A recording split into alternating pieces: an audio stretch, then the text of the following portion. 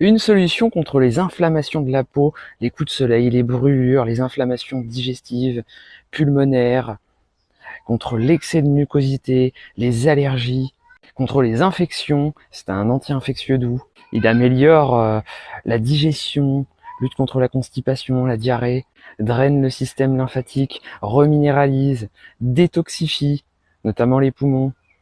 Il s'agit du plantain, une plante traditionnellement utilisée pour tous ces maux, qui pousse d'ailleurs souvent à côté de l'ortie, dont elle soulage les piqûres. En externe pour la peau, vous pouvez mâcher ses feuilles et les appliquer directement sur la peau. En infusion, vous pouvez mettre 1 à 2 feuilles selon la taille des feuilles en infusion froide, car la chaleur, le séchage détruit ses principes actifs intéressants, en l'occurrence l'ocubine. Pour les iridoïdes et concernant les mucilages, on peut citer l'arabinoxylane, le galactomanane, rhamnogalactumorane, l'acide uronique et les hémicelluloses solubles. Les mucilages ont un effet doux, ils gonflent en présence de l'eau, c'est pour ça qu'il faut attendre pour faire infuser au moins une demi-heure, et apportent un effet apaisant. Il faut laisser infuser 4 heures environ, enfin une nuit, au minimum 30 minutes pour que ces mucilages soient pris. Et vous pouvez aussi les incorporer dans vos jus, bon, à raison d'une petite quantité de 1 à 2 feuilles à une poignée max, selon la quantité de jus. Il faut y aller tout doux avec les plantes médicinales. D'ailleurs, si vous souhaitez vous procurer un extracteur de jus de qualité, je vous recommande la marque Urom. Vous pouvez avoir 10% de réduction avec mon code ERISJérôme10 en minuscule et sans accent, lien en description. Elle lutte contre la porosité intestinale grâce à ses mucilages et ses iridoïdes, l'ocubine notamment. Elle est idéale pour les estomacs enflammés, irrités, le tube digestif irrité, en cas de problème gastrique avec reflux acide récurrent par exemple. C'est également utile en cas de conjonctivite en utilisant l'infusion à appliquer dans les yeux, 2 à 3 fois par jour jusqu'à rétablissement. Il existe 2 espèces majeures de plantain. Le grand plantain, Plantago major, qui a des feuilles plus arrondies et des fleurs différentes, vous allez voir. Et le plantain lancéolé, Plantago lanceolata, qui a des feuilles plus allongées et des fleurs différentes également. Les fleurs de plantain ont un goût de champignon, c'est marrant, vous verrez. Il en va d'ailleurs de même pour les feuilles. Les anciens utilisaient les fleurs comme des fécules de maïs.